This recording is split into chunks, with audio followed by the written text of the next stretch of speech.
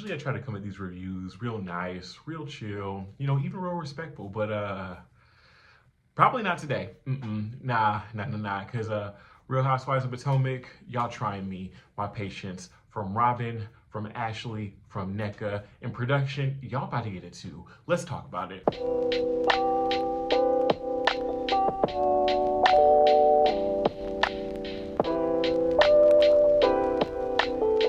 What is up, you guys? Welcome back to Leo Reviews. I'm your boy Leo, and today we are here to review The Real Housewives of Potomac, Season 8, Episodes 2 and 3. I know I missed last week, but last week was my birthday, and I was just doing birthday stuff all week long, so I did not have time to film this, but I have a lot to say of what's happening so far. Before we get into it, please do all the YouTube things, like, comment, subscribe, and hey, let's get into the foolishness. So episode 2, I'm gonna skip through a lot of it because honestly, there was not much that really happened in it, but I kind of want to just touch on the key points. All right, so the overview of the whole show, Ashley's throwing a housewarming party for the new house that her and Michael now jointly own, and she's inviting all the ladies.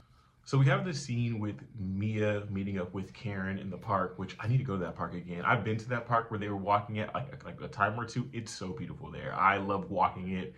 It's nice. So they meet up in this park because Mia wants to apologize to Karen and kind of get the relationship back on track. And Mia tries to greet Karen with a hug, but Karen hits her with the handshake. Karen is coming at Mia with the most Big Sean energy I've ever seen, talking about, I don't fuck with you. And understandably so. Mia was over here just for no reason trashing Karen, talking about rumors that she's heard, bringing up stuff on TV, and that's supposed to be your friend. So why are you doing that? Especially when Karen has done nothing but defend you since you've come on the show. Mia is one of those people that wants to be the popular girl, the mean girl, whatever. She's a clout chaser, and whatever she can do to chase that clout, she's going to continue to do, which is the only reason why she's friends with Giselle and Robin and them, because she feels like it's going to get her that clout that she wants. I don't understand why girls come on the show and do that. Like, why is like your first thing to try to be cool with Giselle and Robin, right? Especially if you're trying to become like famous. Like, it never works out well for any person who does that. Think of Wendy. Her first season, season 5, she was up Giselle and Robin's ass, and we all could not stand her. It wasn't until she emancipated herself from the bullshit, which is the Green Eyed Bandits, that we actually started to see a different side of Wendy and realized, oh, we kind of like Wendy. Wendy's a good TV. I promise you, Mia, as soon as you just step out of the Green Eyed Bandits ass crack, I promise you, you'll get a better reception. And I promise you, you'll probably have a better time on the show, because trying to impress them will get you literally nowhere. Mia ends up apologizing to Karen for the things that she said about her last year. Karen pretty much tells Mia, like, I accept your apology, but you gotta realize, by you saying what you were saying about me, you weren't just affecting me, you were affecting my husband, you were affecting our institution, our marriage. Mia's like, oh, I didn't really think about, your husband. And she's like, yeah, I know you didn't think about your husband, but I think about you. I don't come at you in your marriage because I don't want to affect your husband. I don't want to affect your marriage, your institution. One thing about Karen is quirky. Karen is funny. Karen lies. But Karen, for one, does not lie on people's marriages. And for two, just doesn't make up shit. Karen does not make up shit on people that she knows that could negatively affect their families. But the fact that so many of these girls think it's okay for them to do it to her, and then don't understand when Karen is upset, or if Karen ever retaliates slightly, they want to get all extra offended on it, is weird. But Karen seems to, accept Mia's apology, and, they agree to go forward. They're not going to start any rumors on each other, and they're not going to say any rumors. They're just going to speak facts. Mia blames a lot of her antics and her behavior last year on the fact that she was mixing pills with alcohol, and the way that the camera zoomed in on Karen's face, Karen knew it was bullshit. We knew it was bullshit. Shut up, Mia. You wanted a moment. All that shit last year wasn't because you were drunk. It wasn't because you were on pills. It was because you needed a moment. You thought throwing a drink at Wendy would give you a moment. You thought starting these things about Karen would give you a moment. And when they had a negative reaction, when the fans didn't like it, now you want to sit here and pop and do things, try to run it back and act as if, it was the alcohol's fault. No, ma'am. It was you being thirsty for attention. Karen asked me about what's going on with the whole situation with G and the joint chiropractics. Mia ends up saying that at one point she thought it was embezzlement, but G let her know that, you know, everything was good, which is crazy to me because how is that your husband and your first thought was this embezzlement? I mean, I get it, seeing for what shit truly is, but like, for me, like, if it was my situation, my relationship, my man, my first thought is not going to be embezzlement. I'm going to be ride or die in the beginning, and then once I like see proof of embezzlement, then it's going to be a problem. See, this is how you know G and Mia are shady, because if her first thought was that he was doing illegal shit, means that he has been doing illegal shit, and she knew about it, which is why she thought he did it. We have our next scene with Candace, and she's meeting up with her manager, talking about their upcoming tour and who they want to bring on for the tour for their upcoming cities. They ask about bringing Drew Sidora on for the Atlantis show, and Candace seems to not be enthusiastic with the idea of Drew. Now, I did see on Twitter, Candace definitely said that the scene was edited funny and that she has no issue with Drew, and, you know, her and Drew are like sisters in song and whatnot, yada, yada, yada. But Candace, that seems shady. That seems shady. I can't blame her though. I cannot blame her though, because in all honesty, I don't know if I really want Drew on my tour either. Not to say that Drew is not talented, not to say that Drew can't sing, because I think that Drew can sing. I think that Candace can sing. If I'm going to have you on my tour, I need you to deliver me something more than just a whoop, whoop, whoop in the background and be on stage for 30 seconds. It's a waste of a microphone. It's a waste of time. It's a waste of money, because you know Drew was not doing those woo, woo, woos for free. It was just a waste. So I get it. Our next scene, we have Robin and Juan, y'all. Robin sits down with Juan, and they have this whole conversation about all the stuff that was going on with the conversation that she had with, you know, Giselle, Ashley, and Charisse, and she was telling what they were saying. I'm not going to go into this conversation. I'm not going to break it down. I'm not going to do any of that, because it's a repeat of it's a repeat of episode 1. Not doing that again. Here's what I will say. Here's what I'm going to say. Robin has the self-esteem of a pickle, and it shows. That lady has literally no self-worth, no self-love, because if she was, she would not consistently deal with Juan. And Juan, he don't love her. He don't even like her. The way that he acts as if she's just some random bitch on the street that he happens to live with, or a roommate. Because here's the thing, if Juan really loved her the way that he was supposed to, if Juan was really that man that he was supposed to be, that husband that he was supposed to be, regardless of the fact that if he was not actually cheating with somebody else, he would not consistently do things that make Robin look bad or make the public come after his wife. Like, why would you as a husband not care about how things negatively impact the person that you're supposed to be married to?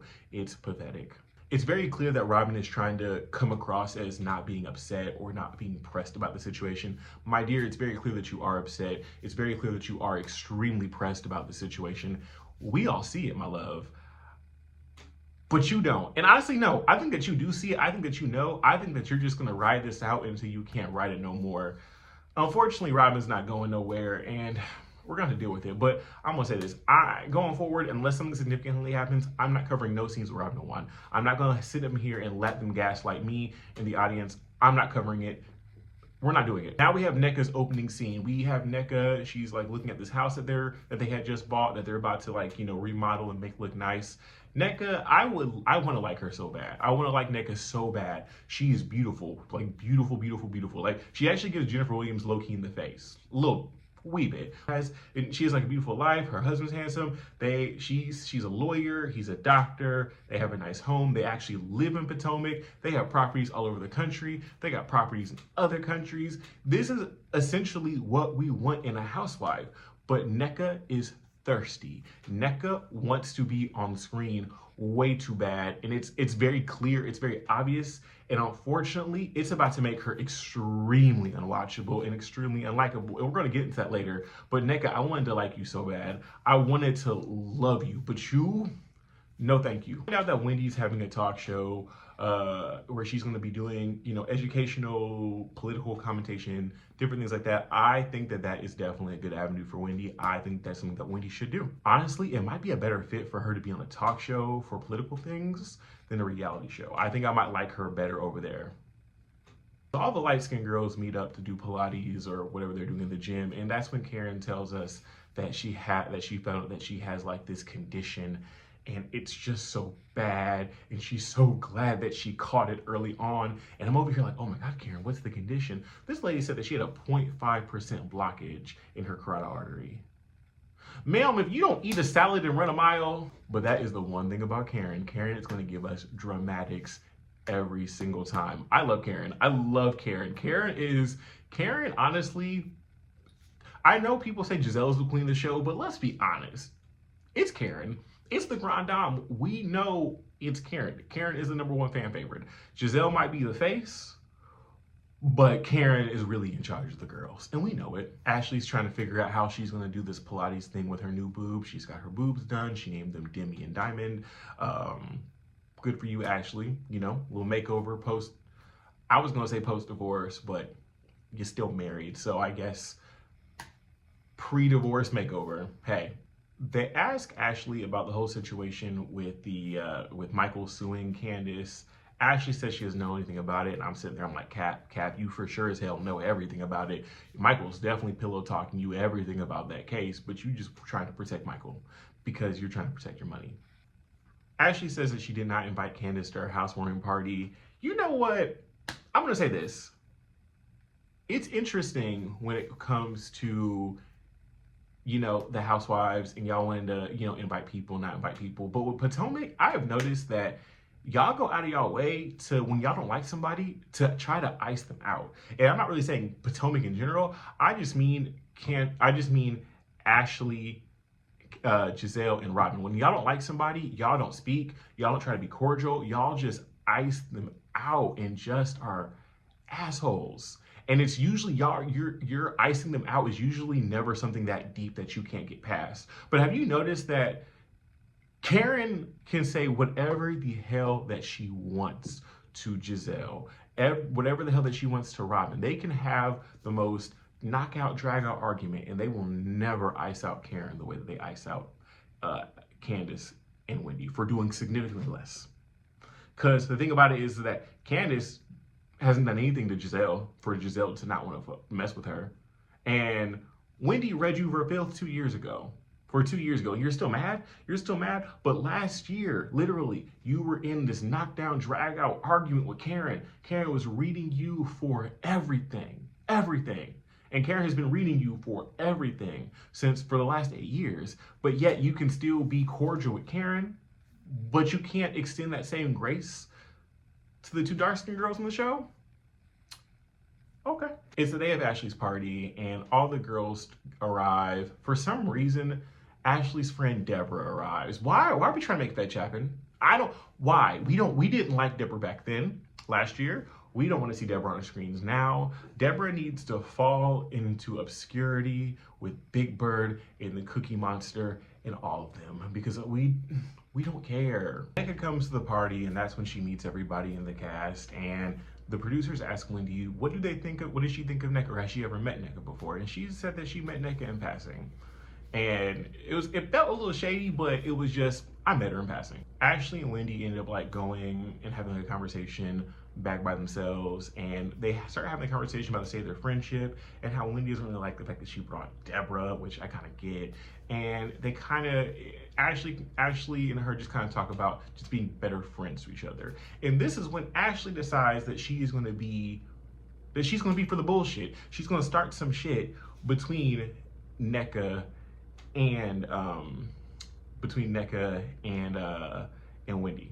She starts telling Wendy that she had a conversation with Nneka, and she was talking to Nneka about Wendy, and, you know, she said that Nneka was like, oh, well, what kind of doctor is she? Is she a doctor of medication? And she was like, nope, she is a PhD. She's like, oh, a doctor of philosophy. And she kind of brought it to Wendy as if Nneka was saying that as a shady moment, and it could have been a shady moment, but it wasn't that deep for you to bring it to Wendy at all. And here's where it got worse for me, right? Because then Ashley starts telling Wendy that Nneka brought up this whole article about, you know, about Wendy's family being Osu, which is in Nigerian culture, means that they're shunned and like yada, yada, yada. They're not good people. People can't be around them and all this stuff. And Wendy's taken aback because Wendy's like, my family is not Osu. Like, if if my family was Osu, like you came to like my child's baby shower, like if my family was Osu, like that would never have happened. But what killed me was that when we saw the flashback of that conversation, it never happened. In actuality, Ashley's the one that brought up the whole situation. Ashley's the one that brought up the whole Osu thing. All Nneka said was, I don't know if Wendy is. I'm not Osu. And then she explained to Ashley nicely what being Osu was without saying anything negative about Wendy. And that's when I realized that, oh, all Nneka is here for is to start shit with Wendy.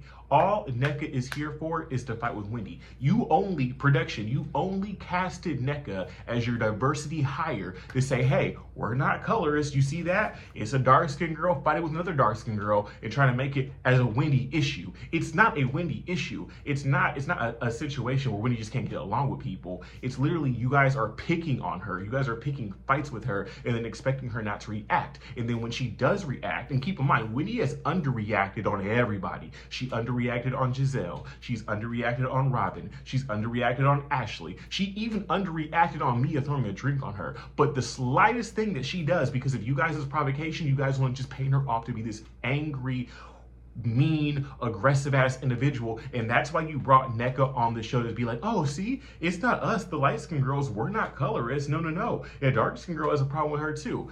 Shut up. It's very obvious what you're doing. It's very obvious. And Ashley's not even trying to hide the fact that she tried to start shit. She's not even trying to hide it because it was so clear that she put 20 on 10. It's so clear that she essentially lied. And I like Ashley, but what the hell? Episode 3 kind of picks up where we left off at this housewarming party. And Wendy once again is nicely explaining to Ashley what being Osu is and how it doesn't apply to her and her family. Back at the table, Robin is trying to confront Giselle about the whole interaction that she had, the whole conversation that she had with the girls. And she's trying to like read Giselle or put Giselle in her place. It was a piss poor attempt. I mean, it was a try. It was a good college try, but it was a piss poor version of a try. Robin is decided this season that she's going to try to go through these motions, appearing unbothered, appearing like she doesn't care. Because, you know, she took a DNA test and she 100% doesn't care. Yes, you do, Ma.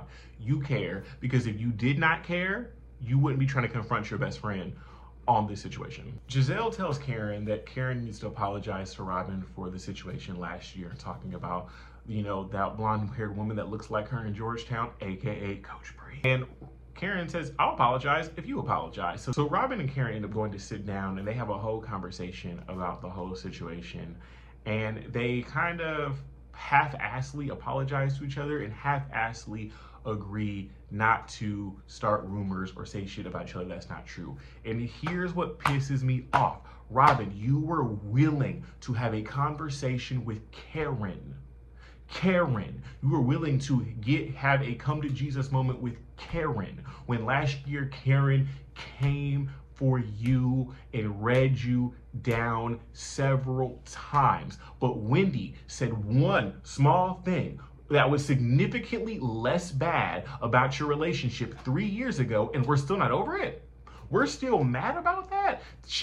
That was 3 years ago. You're still mad about a tiny comment from 3 years ago. The level of vitriol that you have for Wendy over a comment that she made 3 years ago that was small, and literally she apologized for. She has already apologized to you time and time again, Robin, but the fact that you still have this level of vitriol for Wendy is weird, and it makes no sense. And the fact that you are willing to give Karen a chance, you are willing to give Karen a try, you are willing to hear Karen out when you couldn't even give Wendy that same grace for when Karen's done significantly worse. And then you wonder why people think it's your colors. You wonder why people talk about you. You wonder why people don't like you.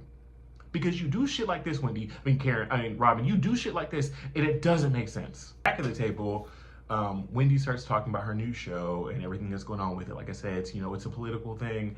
And no one really seemed interested in it. And Wendy makes the comment saying, well, it's a very intellectual show, and it might not be for everybody. And if you intellectually cannot handle what the show gives, it might not be something that you like. And some reason Mia takes this as a slight against her, and I don't know where Mia got it from, because she didn't directly point you out, but Mia has decided that she wants a moment and she's now going to accept it. See, Mia tries to get into Wendy's ass about it, but Wendy's like, you wouldn't get it, you're slow. And she calls Mia slow like several times.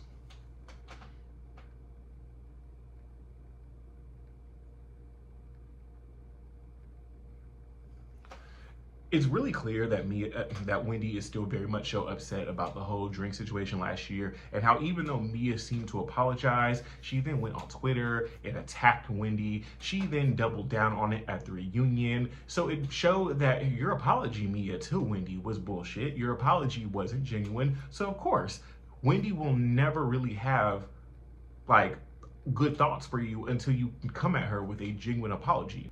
And then Mia says something stupid and says, why don't you uplift me? Why don't you uplift another woman, another black woman? Girl, you assaulted me last year. And then you've been attacking me and trying to justify your behavior. I will never uplift you. I will never, until you apologize and change your behavior, you will never get a single ounce of upliftation. Whatever that, you will never be uplifted by me. You will never feel good feelings. You will never even hear from me again until you get some act right. And the fact that Mia thinks that she is deserving of a level of anything from Wendy is crazy. Wendy ends up inviting Ashley in front of everybody to, her two sons' communion.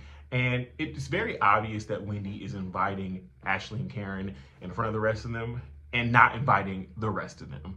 But in all honesty, why would y'all want to go? I mean, it's clear that Giselle and Robin don't want to go, but Mia, why are you looking like, why wasn't I invited? Of course you weren't invited. I honestly agreed with Wendy. I wouldn't invite them either, because if you have so much disdain for me as a parent, you can never even look at my children, let alone be in the same room with them. There's a quick little scene with Giselle and her daughter. We're skipping it. Oh God, Mia is so delusional, y'all. We have a scene with Mia.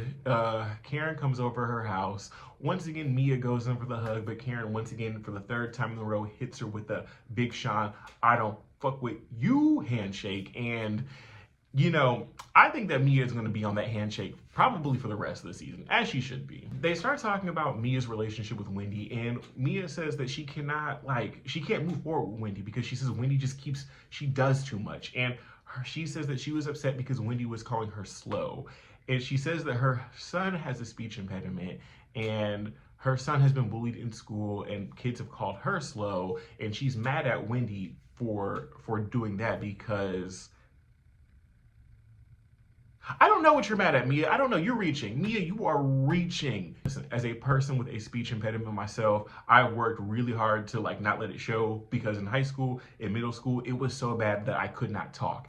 And I was called slow. I was made fun of for it. But somebody calling you slow, and you're trying to equate it to your child when that has nothing to, what? And even Karen was like, Mia, Wendy probably doesn't even know that your son has a speech impediment. She probably doesn't know. Mia, Wendy is a very caring person. If she knew, she wouldn't have said that. Mia's response to that is, well, Wendy has never tried to even get to know me. Of course she hasn't, girl. Of course. Because since you have been on the show, you have been at odds. Since you've been on the show, you have been picking at Wendy. And then last year Mia expects people to just treat her better, and even though she treats them like shit, she expects them just to treat her good, and then doesn't understand why they don't want to deal with her, doesn't understand why they don't want to be nice to her, or they don't want to talk to her. What's not clicking for you, ma'am? Yes, being called slow is rude. Being called slow is disrespectful. It's not politically correct. It's just not right? But I'm sorry, if you assault me, you get what you get. If you have disrespected me in the level of where I felt where I felt just the desire to want to put hands on you, and you are still not apologetic for your bad behavior, you get what you get. So our next scene, we meet our new friend of the show, Kiana. She meets up with Wendy and Candace at this bar. Kiana is Wendy's friend. She owns her own med spa. She's a boss. I love to see it. She seems to have good energy, and I love the fact that we're getting more chocolate ladies on these shows.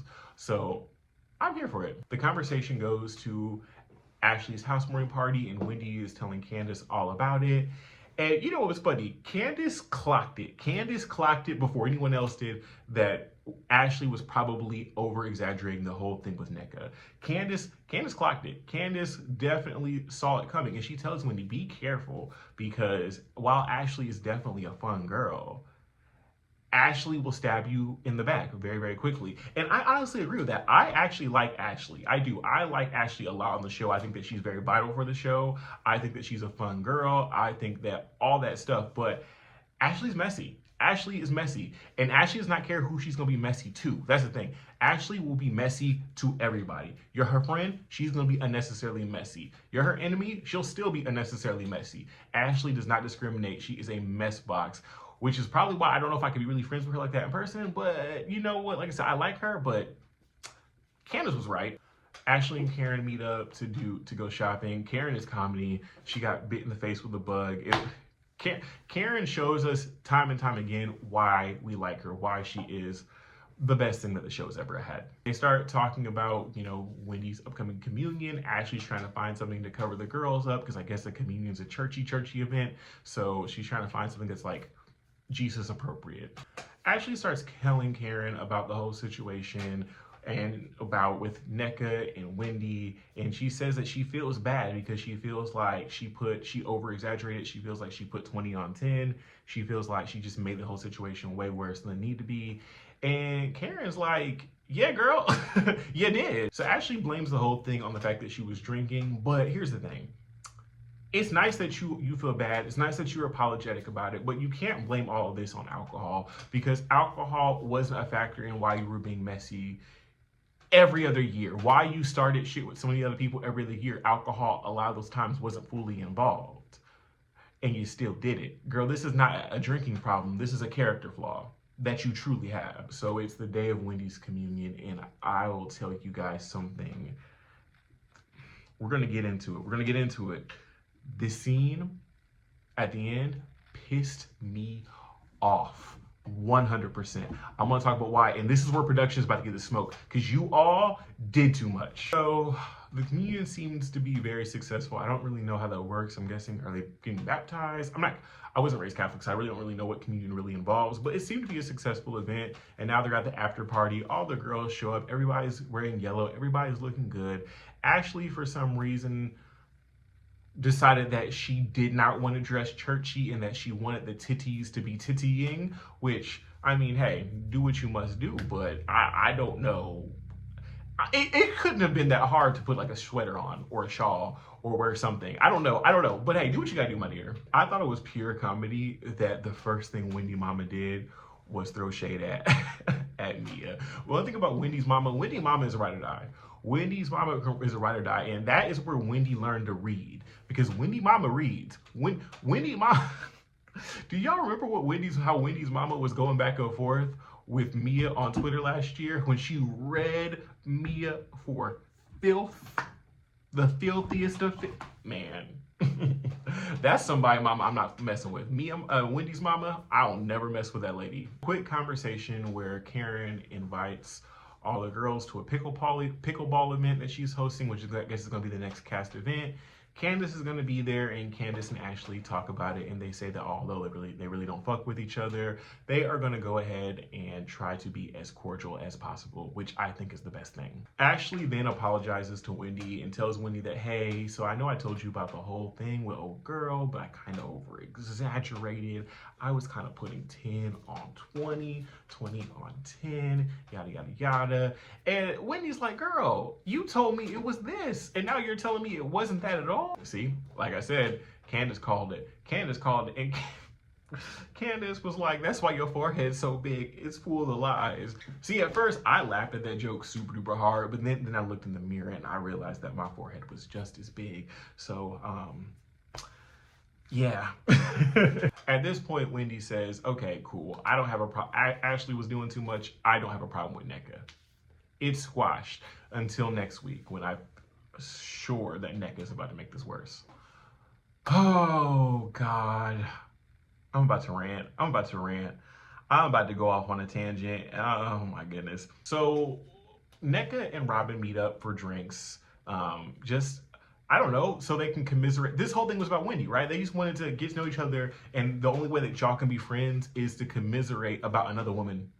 I've seen friendships that start out like that, where the only reason why you are friends with somebody is because you both don't like somebody else. Not because you guys genuinely like each other, but because you both don't like somebody else. So the enemy of my enemy is my friend, right? Those friendships never work out. Those friendships never last because those friendships never had a good, positive foundation. And I cannot wait until NECA sees how shitty and shisty the people that she is trying to impress truly are. NECA says that she was surprised how sweet Wendy was to her. She was expecting Wendy to be aggressive towards her because she said that apparently there was a whole situation where Wendy was under the impression that, Wendy's sister thought that NECA was trying to use Wendy's name for clout, and now Wendy's sister and Wendy's mom have apparently been attacking NECA and her family members and talking about how they're gonna, put a shrine and submit their names to a shrine and yada yada yada, blase blase blase.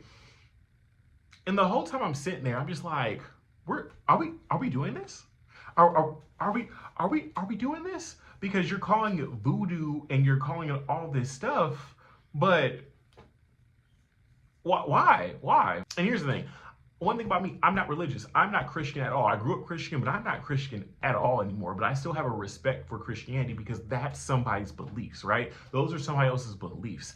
And I get it. A lot of people don't have a full understanding on like voodoo, and a lot of African practices and a lot of African spirituality things have been demonized in the Western world, mainly due to racism, right? Mainly due to racism, a lot of Black religious spiritual practices have been demonized solely for race, solely just because they're Black practices. And that demonization has just been very much so ingrained in our culture. And a lot of people fear what they don't understand. They fear these things. But for y'all to come on national TV and to try to shade Wendy by demonizing someone else's religious beliefs and religious tactics is insidious and disgusting behavior. And then for production to show that in tandem with Wendy's mom praying for their family and for their children.